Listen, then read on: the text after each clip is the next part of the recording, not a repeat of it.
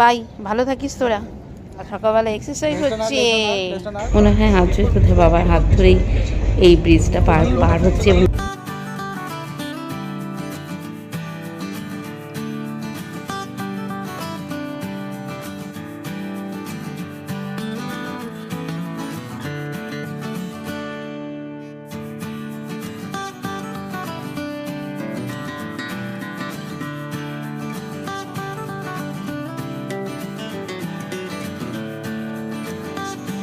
Good morning, সুপ্রভাত তোমাদের সবাইকে। দেখো সূর্যটা এখন বাজে 7টা, অথচ মনে হচ্ছে কিছুক্ষণ আগে বোধহয় সূর্যোদয় হলো। যাই হোক, তোমাদের সকলকে নতুন ব্লগে স্বাগত জানাই। তোমরা সবাই কেমন আছো? ভালো আছো আশা করি। আমি আছি মোটামুটি। তো দেখো, এই সকালবেলা ছাদে এসেছি বলে ভাবলাম তোমাদেরকে একটু শেয়ার করি। যদিও আকাশটা মেঘলা, তো এই জন্য ভালো ছবিটা আসছে না, কিন্তু খালি চোখে আমি যে দেখছি সেটা কিন্তু খুবই সুন্দর। এই দেখো, পাখির কুজন, কু কু কু। এই মন্দির, এইমাত্র তো ঠাকুর দর্শন করলাম সকালবেলায় আমরা। চলো একবার ঝিলটা দেখে নিই। আজকে কেন সকাল সকাল ব্লগ করছি, এই সময় অনেক দিন এত সকালে ব্লগ বানানো হয় না, তার কারণটা আছে। এই হচ্ছে ঝিল। ঝিলটা সকাল সকাল দেখো একটু নোংরা হয়ে গেছে। নোংরা হয়নি, মানে মাছের খাবার দিয়েছে, মাছের খাবারগুলো দিয়েছে বলে ওরকম। যাই হোক, সকালবেলা তো দেখো চারপাশে কি সুন্দর শান্ত না? আর একটু পরে হলে গাড়ি ঘোড়া, মানে গাড়ির আওয়াজ, হর্ন, মানুষের কলহল, মানে মানুষের কলরব, মানুষের কলরব সব মিলে একবার নাজেহাল অবস্থা। এই দেখো সূর্যটা, এই যে। যাই হোক, দেখো সকালবেলা আমারও স্নান হয়ে গেছে। তার কারণটা হচ্ছে আজকে কুচবিহার রওনা দিচ্ছি আমরা। তো যেহেতু শিবরাত্রিতে কুচবিহারে পুজো হয় তোমরা জানোই, তো পুজোতেই শিবরাত্রিতে রওনা দেবো, সেই কারণেই আর কি। এখন আমরা রেডি হইনি, এই স্নান টান সব হয়ে গেছে। ওপরে এসেছি, একটু ঠাকুর প্রণাম করলাম, আর চলো এখন রেডি হয়ে 7:30টার মধ্যে বেরিয়ে যাব। আজকে সকাল সকাল ট্রেন, মানে 9টার সময় ট্রেন, তো ওই জন্য মোটামুটি স্নান করে নিয়েছি। এবার শুধু জামা কাপড় পরবো আর বেরিয়ে পড়ো। সঙ্গে থাকো তোমরা, ঠিক আছে? আর অবশ্যই, যদিও যেদিন পুজো আর কি, তো সেদিন অবশ্যই তোমাদেরকে সবটাই শেয়ার করব, ঠিক আছে? আপাতত রাখছি। চলো, রেডি হয়ে গেছি, 7:30 বাজে বেরোবো। আর একজন সব গাছগুলোতে জল ঠল দিয়ে দিয়েছে সবগুলোতে। এবার যেহেতু 7 দিনের জন্য যাচ্ছি, বেশি দিন নয়, তার জন্য না গাছগুলোকে উপরে রাখলাম না, দেখা যায় থাকবে 7 দিন, কোনো ব্যাপার না। আর এখানে খুব একটা যে রোদ পড়ে এমনটাও নয়। এই সবগুলোতে দেখো এই যে জল দিয়ে দেওয়া হয়েছে। আর এই দেখো এই কড়িটা, ভাবছিলাম যে যাওয়ার আগে 2টো ফুল ফুটবে, দেখে যাব। তো যাই হোক, আর কি করা যাবে, এটা ফুটতেও খুব সময় নেয়। সে কুড়িটা কবে হয়েছে, এখনও ফোটেনি, ফুটতেও প্রচুর সময় নেয়। যাই হোক, চলো আর দেরি করা যাবে না, হয়ে গেছে। এবার দরজা বন্ধ করে দিতে হবে। চলো রেডি হয়ে লাগেজ টাগেজ নিয়ে দাঁড়িয়েছি, ওলা বুক করেছি, ওলা আসুক।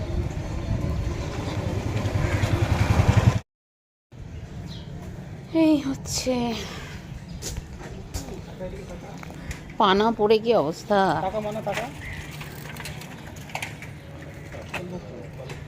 ওই টাকা বেমা, ওর গায়ের চামড়াটা দেখেছো? ভাই এরকম হয়ে গেছে নাকি? হ্যাঁ, না না, ওই যে ওটা ওর অপারেশন হয়েছে বোধহয়। সব সকাল সকাল সাথীরা রাস্তায়। হ্যাঁ, ভালো আছে ওর হাসি খুশি মুখ দেখে বোঝা যায়। গাড়িটাও ভালো। ও যাত্রী সাথী করেছো নাকি? তাহলে যাত্রী সাথী লেখা মনে হচ্ছে। কি হলো তোদের? বাই, ভালো থাকিস তোরা। বাবা, সকালবেলা এক্সারসাইজ হচ্ছে, এক্সারসাইজ সকালবেলায়। না না, ওর ভয় পাবে কেন? क्या हुआ क्या ना है क्या?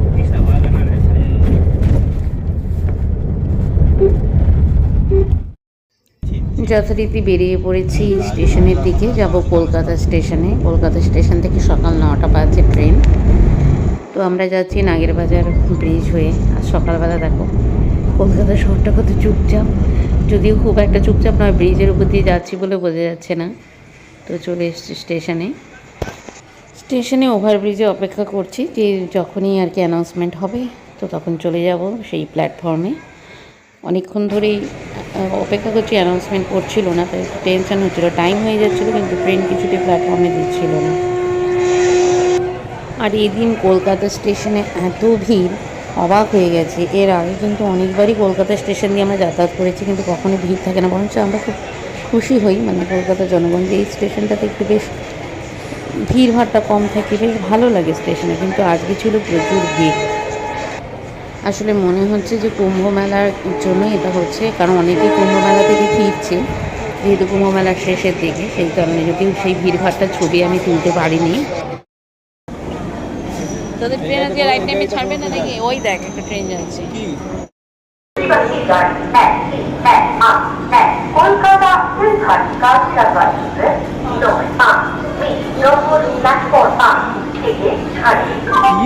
কিছুই বলে। Number 13181 Kolkata Silhouette Kalkata is scheduled to be at 9 hours 5 minutes. Is running on right side of platform number 5. Number 5. Kolkata Silhouette Kalkata Ravana Station खड़े समय 9:05 सही समय पर प्लेटफॉर्म क्रमांक 5 से रवाना यात्रीगण यात्रीवाही गाड़ी है कोलकाता सिलहट कालका যাই হোক, ট্রেনটা ঢুকিয়ে দিয়েছি। আমরা যথারীতি ট্রেনে উঠে বসেও পড়েছি। খুব অল্প সময় হাতে ছিল সেই মুহূর্তে ট্রেনটা দিয়েছে, বেশিক্ষণ বসে থাকতে হয়নি ট্রেনে ওঠার পরে। আর দেখো ট্রেনটা ছেড়েও দিল স্টেশন থেকে। এবার চলছি কোচবিহারের উদ্দেশ্যে। আজকাল দেখছি যে কোচবিহারের উদ্দেশ্যে যে ট্রেনগুলো চলে নর্থ বেঙ্গল বা পদাতিক, সেগুলোতে বেশি টিকিট পাওয়া যায় না, কিন্তু এই ট্রেনটাতে তবুও একটু টিকিট পাওয়া যায়। যদিও এই ট্রেনটা কিন্তু সাপ্তাহিক ট্রেন। আমি যখন সেপ্টেম্বর মাসে মা অসুস্থ হলো খবর পেয়ে সেই দিনই রওনা দিলাম, সেই দিনও কিন্তু এই ট্রেনটাতেই গিয়েছিলাম এবং 10-15 মিনিটের মধ্যে আমি মানে টিকিটও পেয়ে গেছিলাম। তো এবার এই যাত্রাতেও দেখলাম যে এই ট্রেনটাতেই টিকিট পেলাম, কিন্তু নর্থ বেঙ্গল বা যেগুলো শিয়ালদা থেকে ছাড়ে বা পদাতিক, সেগুলোতে কিন্তু টিকিট ছিল না।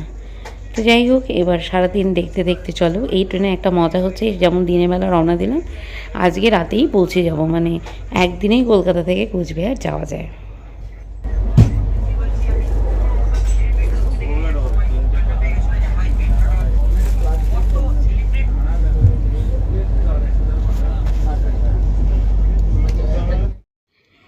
ট্রেনটা ছেড়ে দেওয়ার একটু পরেই ব্রেকফাস্ট করে নিয়েছিলাম, কারণ ট্রেনটা ছেড়েছে 9টা 5-এ, আর ব্রেকফাস্টের টাইম 9:30 থেকে 10:45। আর এই খাবারটা আমি বাড়ি থেকে বানিয়ে নিয়ে গেছিলাম, পরোটা আর আলুর তরকারি।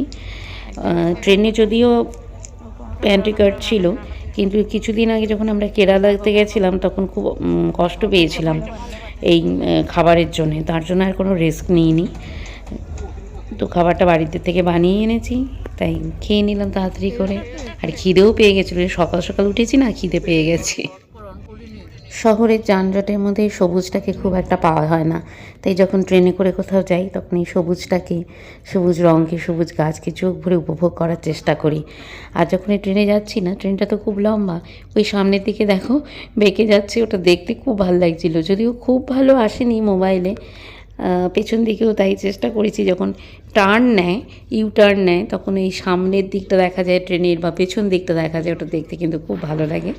তো তেমনটাই চেষ্টা করেছিলাম, কিন্তু দেখো একটু ভালো করে ফলো করলে বুঝতে পারবে পেছনে দেখা যাচ্ছে। আর কাঁচটা একটু বেশ মোটা, তো ভালো ছবিটা আসছিল না। আর বাইরে যদি খুব রৌদ্র থাকতো তাহলেও ছবিটা আসতো। এদিন কিন্তু বাইরে খুব একটা রৌদ্র ছিল না, মেঘলা আকাশই ছিল ধরতে গেলে অন্য দিনের থেকে, সেই কারণেই আর ছবিটা না খুব একটা পরিষ্কার আসেনি। তবু চেষ্টা করেছিলাম, এই আর কি। চলো তাহলে চলতে থাকি। সবসময় কথা বলা যাবে না, তবে এই যে সুন্দর দৃশ্যগুলো দেখব সবটাই তোমাদের সাথে শেয়ার করব, শুধু দেখে যাও চোখ ভরে।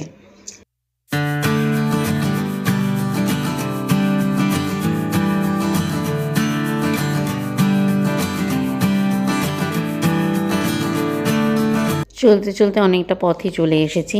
এবার অনেকটা সময় হয়ে গেছে, প্রায় 1টা বেজে গেছে। 1টা কেন, ভুল বলছি, 1:30 পৌনে 2 বাজে। তো যথারীতি আমরা লাঞ্চ করতে শুরু করে দিয়েছি।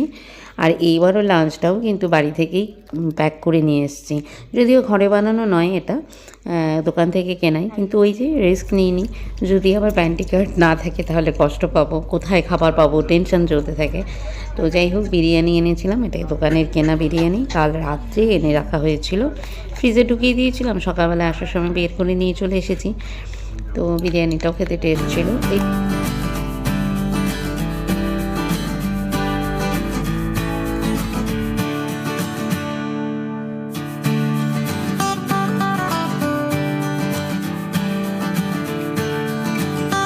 যেহেতু দিনের বেলা, তাই সবটা সময়ই জেগেই ছিলাম, আর বাইরে জানলা দিয়ে আলো আসছিল বলে বাইরেটা দেখতে পাচ্ছিলাম। তো হঠাৎ এবার দেখছি যে আমি চলে এসেছি সেই জায়গায়, মানে ফারাক্কা ব্রিজ। আর এই ফারাক্কা ব্রিজের উপর দিয়ে যেতে যেতে খুব মনে পড়ছিল বাবার হাত ধরে ছোটোবেলায় এই ব্রিজ পার হয়েছিলাম। মানে এক পাশ থেকে আরেক পাশে বাবা নিয়ে গেছিলো। 109টা গেট আছে, গুনেছিলাম, সেই ছোটোবেলায় গুনেছিলাম, এখনও মনে আছে। ছোটোবেলা বলতে মাধ্যমিক পরীক্ষা দিয়ে মালদায় এসেছিলাম, তখন বাবার সাথে এসেছিলাম এবং মালদার গৌর দর্শন করেছি।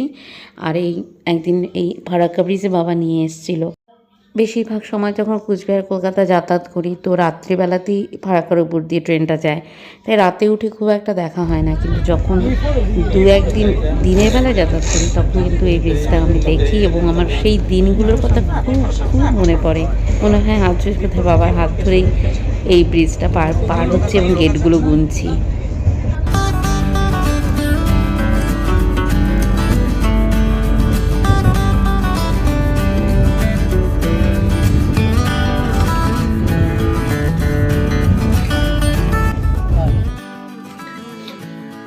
Good morning.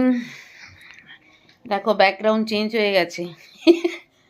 কালকে রাতে এসেছি, আর ব্লগ করা হয়নি। কালকে রাতে ট্রেনটা ঠিকঠাকই চলছিল, পরের দিকে সামান্য একটু লেট করলো। যাই হোক, 9টা 5-10 স্টেশনে, তারপরে এখানে ঢুকতে আমরা 10টার মধ্যে ঢুকে গেছি না, 9:45-10টার মধ্যে না, বাড়িতে ঢুকেছি 10টার সময়। তো যাই হোক, তারপরে আর ইয়ে করিনি। তো এখন সকাল সকাল মানে এখন তাও 7:30 বাজে বোধ হয়। 8টা বাজে, 8টা চা খাচ্ছি। আর এসে দেখছি বাড়িতে প্যান্ডেল হয়ে গেছে। দাঁড়াও, চাটা খেয়ে নিই, তারপরে দেখাই। এই দেখো কি সুন্দর, এরকম পুরোটা, এই যে এত ভালো লাগছে প্যান্ডেলটা, খুব সুন্দর। ওই যে এই কাপড়গুলো খুব সুন্দর দিয়েছে, নতুন একদম কাপড়, বেশ ভালো লাগছে প্যান্ডেলটা, বেশ ভালো লাগছে। লাইটগুলো এখনও লাগানো হয়নি, লাইটগুলো লাগানো হবে। তো এবার যাই, আমি কালকে সময় কাছাকাছি অনেক কিছু আছে, এবার ব্লগটা শেষ করি। কালকে যে ব্লগটা শুরু হয়েছিল 24 ঘন্টা পর, আজকে ব্লগটা শেষ করছি। আর পুরো বাড়িটা তো নিশ্চয়ই দেখাবো, পরে দেখাচ্ছি। আপাতত এই ব্লগটা এখানে শেষ করছি।